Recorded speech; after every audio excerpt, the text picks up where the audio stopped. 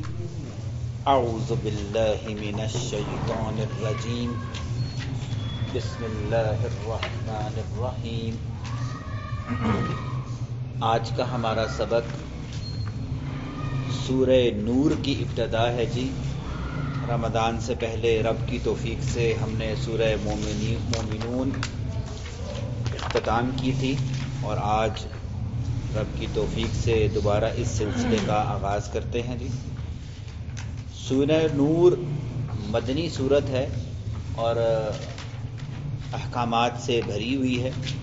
اس کا ایک ایک حکم معاشرے پر امپلیمنٹ اگر کیا جائے تو ایک ایک لمحے میں رزلٹ نکلتا ہے۔ یہ ایسی عظیم صورت ہے، کوئی 5 سالہ یا 10 سالہ منصوبے والی بات نہیں ہے۔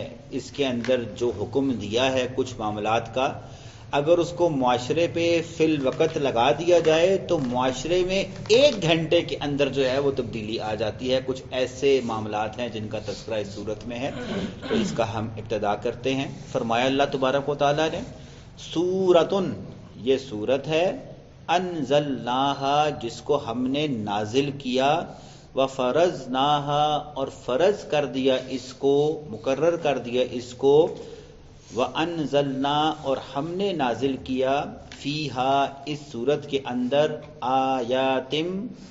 آیات، احکامات، بینات، جو بہت واضح ہیں، لَعَلَّكُمْ تَذَكَّرُونَ، تاکہ تم نصیحت پکڑ جاؤ۔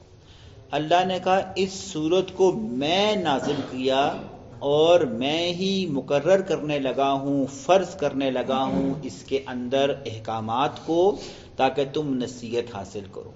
ویسے تو ہر صورت ہی اللہ نے نازل کی ہے، تو یہاں پر اسپیشل اس کو اپنی طرف نسبت دینے کا مقصد یہ ہے، جس طرح میں نے شروع میں کہا کہ اس کے احکامات اور اس کی جو اندر کچھ گناہوں کی جو سزائیں ہیں وہ معاشرتی طور پر ایسی ہیں کہ انتہائی اہمیت والی ہیں، کہ کوئی چاہتا ہے کہ کوئی معاشرہ سدھرے اور ایک دن کے ٹائم پر سدھرے تو اس کے احکامات کو معاشرے میں نافذ کر دیں تو سارا کا سارا معاشرہ ایک لمحے میں سدھر جاتا ہے۔ اس لیے اللہ نے خاص طور پر کہا کہ یہ جو میں اس میں نازل کرنے لگا ہوں نا احکامات، یہ بھی میری طرف سے نازل شدہ ہیں اور بہت قیمتی ہیں، بہت زیادہ توجہ کی ضرورت ہے تاکہ تم نصیحت حاصل کرو۔ اور ساتھ ہی اگلی آیت سے ہی حکم نازل کر دیا، الزانیات، وہ عورت جو بدکار ہے، والزانی، اور وہ مرد جو بدکار ہے، فجلدوا، ان کو مارو کوڑے، کل واحد، ہر ایک کو، منہما، ان دونوں میں، 100 جلدتن، کوڑے۔ زانی مرد اور زانی عورت، بدکار مرد اور بدکار عورت جو ہے، ان دونوں کو 100 کوڑے جو ہے وہ مارنے ہیں جی۔ پیچھے سورہ نساء ہے غالباً، جس میں اللہ تبارک و تعالیٰ نے بدکار عورتوں کی سزا کے بارے میں کہا، پڑھا ہے پیچھے، کہ ان کو کمرے میں بند کر دو، ٹھیک ہے، جب تک موت نہ آ جائے، یا اللہ تبارک و تعالیٰ کوئی دوسرا حکم ان کے لیے نازل نہ فرمائے، ان کو الگ کر دیا جائے۔ تو یہ اس وقت کی وہ آیت تھی جس کو اس آیت نے منسوخ کیا، اور اب باقاعدہ طور پر غیر شادی شدہ زانی اور غیر مرد اور غیر شادی شدہ بدکار عورت، اس کی سزا کا تذکرہ ہے کہ ان دونوں کو 100 کوڑے مارے جائیں گے، ٹھیک ہے جی۔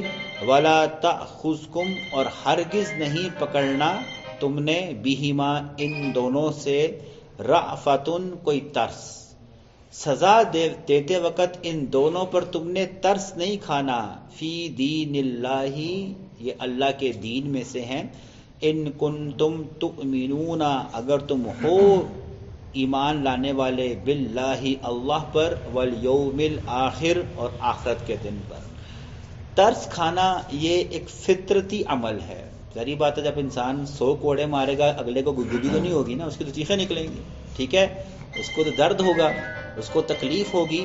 تو فرمایا اللہ تبارک و تعالیٰ نے کہ جب تم ان کو 100 کوڑے مارو گے نا، تو یہ قدرتی جذبہ ہے کہ تمہارے اندر جو ہے وہ ترس کا آ سکتا ہے، لیکن اللہ کے معاملات پر تم نے ترس نہیں کھانا. یہ 100 کوڑے ہیں، یہی نہیں کہ 10 کوڑے مارے تو 11ویں کے بعد ہلکے شروع کر دیے، ٹھیک ہے، نہیں. جو سزا ہے، جو معیار ابھی ہم سنیں گے کہ کوڑوں کو کس طاقت سے مارنا ہے، اس کا تذکرہ بھی حدیث میں ملتا ہے. تو کہا کہ اس معاملے میں ترس نہیں کھانا. اگر تم واقعی اللہ اور قیامت کے دن پر ایمان رکھنے والے ہو نا، تو پھر تم نے ترس نہیں کھانا. تبھی جو جلاد ہے نا اسلامی کے اندر، جو جلاد ہیں وہ گردن اتارتے وقت، ہم تو مرغی کی گردن کاٹ رہے ہیں تو ہمارا تو دیکھا نہیں جاتا، ٹھیک ہے، وہ بڑے ہی سخت دل والے ہوتے ہیں جنہوں نے رکھ کر پتھر مار کر تلوار مار کر گردن اتارنی ہوتی ہے، یا جنہوں نے سیدھا ہاتھ کاٹنا ہوتا ہے. تو یہ بڑا ہی ایک دل جگرے والا کام ہے. تو کہا کہ ایسا اس میں ترس کھانے والا معاملہ نہیں ہے. ہاتھ کاٹنا اگر اللہ نے حکم دیا تو کٹے گا، ٹھیک ہے جی. وہ سارے معاملات اللہ نے فرمایا کہ اس میں ترس نہیں کھانا. ہاں وَلْيَشْهَدْ، اور چاہیے کہ گواہ بنائیں، عذابہما، جب ان دونوں کو یہ عذاب دیا جائے، کہ دنیا کی تکلیف دی جائے، اس گناہ کی جو سزا ان کو دی جائے، ان دونوں کو، طائفتن، ایک جماعت کو، من المؤمنین، جو ایمان والی ہے. یہ سزا بند کمرے میں نہیں دینی، یہ سزا سر عام دینی ہے. مومنوں کی ایک جماعت اس سزا کو دیکھے. اس کی وجہ کیا ہے جی؟ عبرت کے لیے، ٹھیک ہے جی. جب ایک چور کو پتہ لگے گا نا کہ اس کا ہاتھ کٹے، آج آپ راجہ بازار میں ایک چور کا ہاتھ کاٹ دینا تو 100 چور جو ہیں کیا کریں گے؟ چور کر دیں. ایک زانی کو جو اگر غیر شادی شدہ ہے، اس کو راجہ بازار کے سینٹر میں جو کھمبا ہے اس سے باندھ کر جو ہے نا وہ ٹھا ٹھا کوڑے 100 پڑے کمر پر، تو باقی کیا آتے ہیں؟ ان کی طبیعت صاف ہو جاتی ہے. اور شادی شدہ اگر بدکار ہے تو اس کی سزا تو بڑی خطرناک ہے. اس کو تو باندھنا ہے اسی طریقے سے، اور اس وقت تک پتھر مارنے ہیں جب تک اس کی آنکھیں، دانت، سر پھٹ کر دماغ باہر نہ آ جائے، ٹھیک ہے. یعنی کہ 2-3 پتھر نہیں مارنے، اس کو اس وقت تک رجم کرنا ہے جب تک اس کی موت واقعہ نہ ہو جائے. اب میں نے شروع میں کہا نا کہ یہ سزا اللہ نے کہا یہ میرا حکم ہے. آج آپ لگا دیں کہ کل سے جس بدکار اگر شادی شدہ ہے اس کو چوک میں کھڑا کر کر ایسے مارا جائے گا. ایک مرے گا خالی اس طریقے سے، صرف ایک مرے گا. تو باقی جو 1000 بدکار ہے نا، وہ کانوں کو ہاتھ لگا کر نا اپنی بیوی کے علاوہ کہیں اور منہ مارنے کی کوشش سوچیں گے ہی نہیں. اور غیر شادی شدہ جب 100 کوڑوں سے جب ان کی کمر ادھیڑی جائے گی نا، تو لگ سمجھ جاتی ہے اگلے ہزاروں کے لیے بھی کہ ہاں یہ حال ہے. تو وہ پھر راستے میں اگر رات کے 2 بجے بھی بازار میں ایک اکیلی عورت آ رہی ہو نا، تو مرد راستہ بدل دے گا کہ اس نے چیخ نہ مار دی تو پتہ لگے مجھے پکڑ کے مجھے ہی فضول میں پڑنا. مرد ڈر کے راستہ چھوڑ دیتے ہیں، ٹھیک ہے جی، کہ یار نہیں یہ اسلامی قانون. تو اللہ نے کہا یہ وہ ہیں، ان کی سزائیں ہیں جی. ٹھیک ہے. اب آخری بات ہے جی اس آیت میں کہ کوڑوں کو کس طاقت سے مارا جائے گا. ہمارے ہاں یہ کانسیپٹ ہے کہ یہ پیچھے سے لے کے آنا اور پٹاخ، نہیں، یہ نہیں ہے. ٹھیک ہے. کندھا اوپر نہیں اٹھے گا، ٹھیک ہے. یہ میرا دیکھ لیں، کوڑا آپ کے ہاتھ میں ہے، جو جرک آپ کونی سے نکال سکتے ہیں، آپ نے کندھا نہیں اٹھانا. یہ ہاتھ کونی ہے نا یا کندھا، یہ آپ کے جسم کے ساتھ اٹیچ رہے گا. ٹھیک ہے. آپ کے ہاتھ میں کوڑا، جتنی طاقت آپ کی یہ جو جھٹکے سے نکلتی ہے کونی سے، یہ ایک کوڑا شمار ہوگا. ہمارے ہاں یہ ہے کہ ہم یہ کندھا اٹھا لیا، یہ اس طریقے سے تو تیسرا کوڑا ہی لگے گا، اس کی جان نکل جائے گی. ٹھیک ہے. یہ سزا ہے، جان والا الگ ہے. یہ ایسی اس طرح کے 100 کوڑے اس کی کمر پر کیا ہیں، جو جس میں کونی کے جھٹکے سے، بازو کے جھٹکے کے ساتھ جو ہے نا اس کو مارا جائے گا. کندھا نہیں اٹھایا جائے گا. عبرت کے طور پر جو ہے نا وہ ایک مومنوں کی جماعت کو اس کی جب سزا دی جائے گی تو گواہ کے طور پر وہاں پہ کھڑا کیا جائے گا. اچھا جی، اگلی آیات ہیں جی نکاح کے حوالے سے. اس میں سورہ بقرہ میں اللہ تبارک و تعالیٰ نے کچھ تشریح کی تھی. کیا کہا تھا جی؟ کہ ایمان والے مرد کیا کریں جی؟ مشرک عورت سے نکاح نہ کریں. اگرچہ ایک لونڈی ہے لیکن ایمان والی ہے نا، وہ مشرکہ عورت سے بہت بہتر ہے.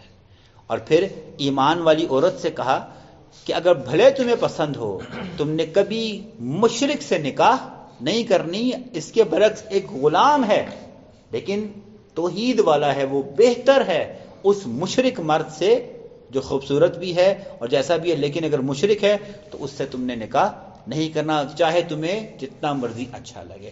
اسی کی مزید تشریح اللہ تبارک و تعالیٰ نے بیان کی ہے، جو ہمارے آج کے سبق کی آخری آیت بھی ہے۔